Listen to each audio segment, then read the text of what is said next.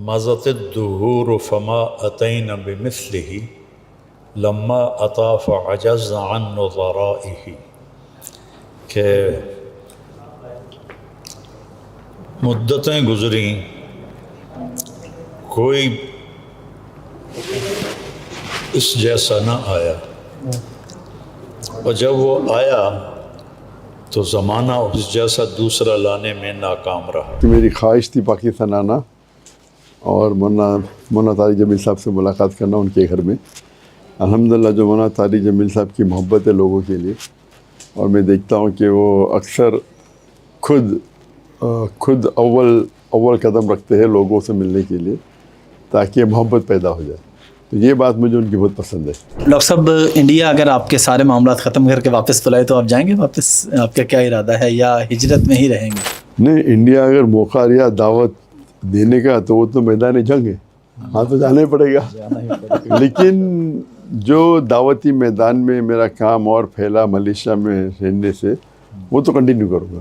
India جا کے دعوت دوں گا، پھر آؤں گا ہر سال میں 1 بار 2 بار 3 بار، تو مس تو کرتے ہو، اتنی بڑی تعداد میں غیر مسلمان سے مخاطب ہو سکتے ہو لوگ، اور دیکھے ہو تو غیر مسلم محبت کرتے مسلمان سے، اور مجھ سے بھی۔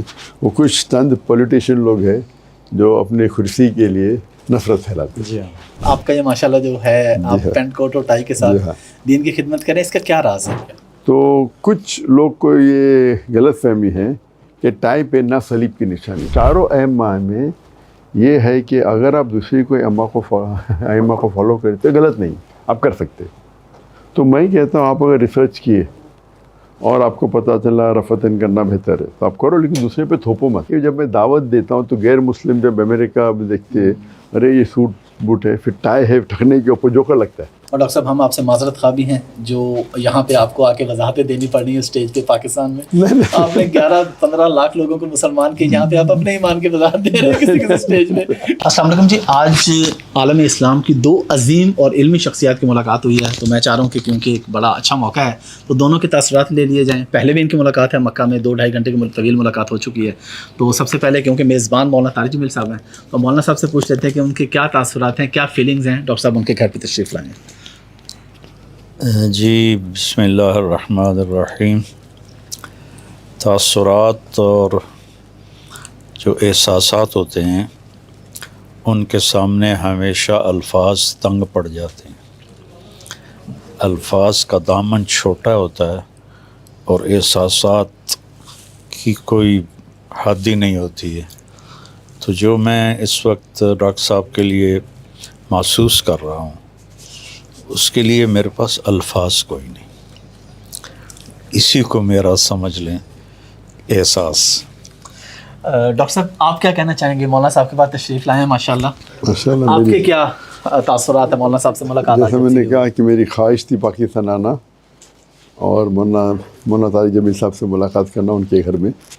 الحمدللہ جو مولانا طارق جمیل صاحب کی محبت ہے لوگوں کے لیے، اور میں دیکھتا ہوں کہ وہ اکثر خود اول قدم رکھتے ہیں لوگوں سے ملنے کے لیے تاکہ محبت پیدا ہو جائے، تو یہ بات مجھے ان کی بہت پسند ہے۔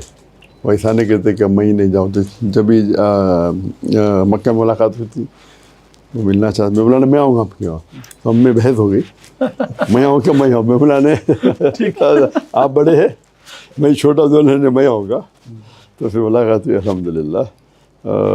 یہاں بھی ماشاءاللہ پاکستان آنے کے بعد اور لاہور میں خصوصاً الحمدللہ مرکز بھی ہم گئے تھے ٹرائبل، اور ماشاءاللہ لوگوں سے ملاقات ہوئی، اور مولانا طارق جمیل صاحب بھی تھے ماشاءاللہ۔ تو یہ محبت جو آپس میں ہونا چاہیے، چھوٹی چھوٹی بات میں جو اختلاف ہے اس کو پکڑنا نہیں چاہیے، اس کو نظر میں، یہ بات مجھے ان کی پسند ہے ماشاءاللہ۔ ڈاکٹر صاحب، ایک سوال دونوں سے، سوال ایک ہی، جواب دونوں سے، کہ ہماری امت فرقہ واریت میں بٹی ہوئی ہے اور اس میں کوئی دوسری رہنے کے صرف آپ دونوں شخصیات ہیں ماشاءاللہ جو فرقہ واریت سے ہٹ کے بات کرتے ہیں، محبت کی بات کرتے ہیں۔ کس طرح ہم اس کو مزید پھیلا سکتے ہیں؟ ابھی بھی ہمارے ملک میں آپ کو پتہ ہے لوگ انتشار پھیلاتے ہیں، وہ اس کو گالی دے رہا ہے، وہ اس کو گالی دے رہا ہے، آپ دونوں کیسے اس پہ قائم ہیں؟ پہلے ڈاکٹر صاحب آپ بتا دیں کیسے قائم ہیں اس کے اوپر، پھر یہی میں جواب مولانا سے لوں گا۔ میرا اور ڈاکٹر صاحب کا ایک ہی جواب کہ قرآن و حدیث پر آئیں گے تو انتشار ختم ہوگا، اس سے ہٹیں گے تو انتشار ہی انتشار۔ اب کوئی اور بات بالکل صحیح. اور ڈاکٹر صاحب یہ جو طارق جمیل صاحب نے کہا قرآن کی آیت کہی سورہ عمران سورہ نمبر 3 آیت نمبر 103 میں وَاعْتَصِمُوا بِحَبْلِ اللَّهِ جَمِيعًا وَلَا تَفَرَّقُوا. آؤ اللہ کی رسی کو مضبوطی سے پکڑو اور آپس میں مت بٹو. اللہ کی رسی ہے قرآن اور صحیح حدیث. اور ڈاکٹر صاحب ہم آپ سے معذرت خواہ بھی ہیں جو یہاں پہ آپ کو آ کے وضاحتیں دینی پڑ رہی ہیں اسٹیج پہ پاکستان میں. آپ نے 11-15 لاکھ لوگوں کو مسلمان کیے, یہاں پہ آپ اپنے ایمان کی وضاحت دے رہے ہیں کسی اسٹیج پہ کہ بھائی میرا اس کا یہ مطلب ہے, اس کا یہ. تو پوری قوم کی طرف سے ہم معذرت خواہ ہیں کہ زیادہ لوگ آپ سے محبت کرنے والے ہیں, چند لوگ ہیں جنہوں نے یہ حرکت کی ہے. بہت خوش ہے. بالکل. دیکھو وَكَذَلِكَ جَعَلْنَا لِكُلِّ نَبِيٍّ عَدُوًّا شَيَاطِينَ الْجِنِّ وَالْإِنسِ. اللہ نے کہا کہ نبیوں کو بھی دشمن بنے, انسان بھی جنات بھی. تو یہ جو بھی خیر کا کام کرتا ہے بے لوث ہو کر, اس کو مخالفت دیکھنی پڑتی. یہ ایک فطری چیز ہے. میں نے ایک دفعہ اپنے کزن سے کہا کہ یار ساری دنیا میری بات سنتی ہے, یہ میرے رشتہ دار نہیں سنتے, الٹا مخالفت کرتے ہیں. وہ کہنے لگا یہی بات آپ کے حق ہونے کی علامت ہے. میں نے کہا کیسے؟ کہا رسول اللہ کے رشتہ دار کہاں ان کی سنتے تھے, مدینے والوں نے سنی, رشتہ داروں نے تو سنی کوئی نہیں. تو مجھے بڑی خوشی ہوئی اس کی بات سے. تو جو بھی خیر کو لے کے نکلے گا شیطان اس کے لیے رکاوٹیں ڈالے گا. ڈاکٹر صاحب انڈیا اگر آپ کے سارے معاملات ختم کر کے واپس بلائے تو آپ جائیں گے واپس؟ آپ کا کیا ارادہ ہے, یا ہجرت میں ہی رہیں گے؟ نہیں, انڈیا اگر موقع یا دعوت دینے کا تو وہ تو میدان جنگ ہے, ہاں تو جانا ہی پڑے گا.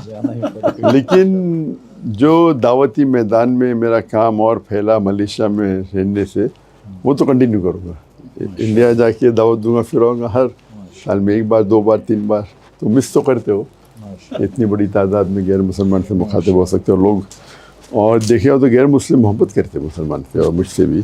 وہ کچھ چند پولیٹیشین لوگ ہیں جو اپنے کرسی کے لیے نفرت پھیلاتے ہیں. نہیں تو عام ہندو, مجھے لگتا ہے عام ہندو عام مسلمان کافی ان میں بھائی چارہ ہے. ڈاکٹر صاحب یہ کپڑوں کا تھوڑا بتا دیں گے, معذرت پھر ایک سوال. آپ کا یہ ماشاءاللہ جو ہے, آپ پینٹ کوٹ اور ٹائی کے ساتھ دین کی خدمت کریں, اس کا کیا راز ہے؟ آپ مطلب عام طور پہ لوگ ایکسپیکٹ کر رہے ہوتے ہیں, کوئی بھی آپ کام کرتے ہیں تو شریعت کے خلاف نہیں ہونا چاہیے. اور ہمارے شریعت میں 6 کیٹیگریز ہے لباس پہننے کی. ایک ایکسٹینٹ ہے جو مرد کے لیے نیول ٹو دی نی ہے. دوسرا ہے کپڑے چست نہیں ہونا چاہیے. تیسرا کپڑے پتلے نہیں ہونا چاہیے کہ آپ دیکھ سکتے. چوتھا ہے بھڑکیلے نہیں ہونا چاہیے. پانچواں ہے کہ دوسری جنس کے نہیں ہونا چاہیے. اور چھٹا ہے دوسری مذہب کے نہیں ہونا چاہیے. ٹھیک ہے. تو کچھ لوگ کو یہ غلط فہمی ہے کہ ٹائی پہننا صلیب کی نشانی ہے. تو غلط فہمی ان کی. تو آپ کدھر بھی بائبل میں پڑھو کہاں صلیب کا لکھا ہی نہیں. آپ اگر انسائکلوپیڈیا برٹانیہ کا پڑھیں گے تو بولتے تھے ٹھنڈی میں کپڑے کو ٹائٹ رکھنے کے لیے وہ ٹائی کا نوٹ باندھتے تھے. تو اس میں کوئی دلیل نہیں ہے, لیکن ان کی غلط فہمی تو ہے. جہاں تک کہ میرا سوال یہ, میں نارملی کوٹ اور سوٹ اور پینٹ پہننا پسند نہیں کرتا ہوں. لیکن جو چیز آپ کو پسند نہیں, آپ کر رہے اللہ کے لیے, تاکہ جب میں دعوت دیتا ہوں تو غیر مسلم جب امریکہ میں دیکھتے ہیں ارے یہ سوٹ بوٹ ہے, پھر ٹائی ہے ٹھکنے کے اوپر جوکر لگتا ہے, اور پھر وہ کوٹ کر رہا ہے بائبل, کوٹ کر رہا ہے ہندو اسکرپچر, تو اس سے دروازے کھل جاتے ہیں.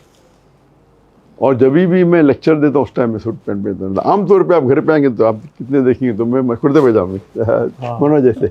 تو آپ اگر آپ دیکھیں گے جب کوئی بھی ملتا ہے, یہ میرے ساتھ ملنے ہے کرتے پہ جاؤں گے. خالی اگر باہر جب تقریر کرنے جاتا ہوں اور لوگ دیکھتے ہیں تو بھی سمبل بن گیا ہو. تو جو چیز پسند نہیں بھی آپ کرتے اللہ کے لیے تو اس میں قبولیت ہوتی ہے. اور یہ غلط فہمی ہے کہ حرام ہے, لیکن اگر جو چیز حرام ہے اس کو دعوت میدان کرنا غلط ہے. حرام کا آپ کوئی بھی غلط چیز کا اختیار نہیں کر سکتے, آپ دعوت کرنے کے لیے بھی, یہ الاؤڈ نہیں اسلام میں.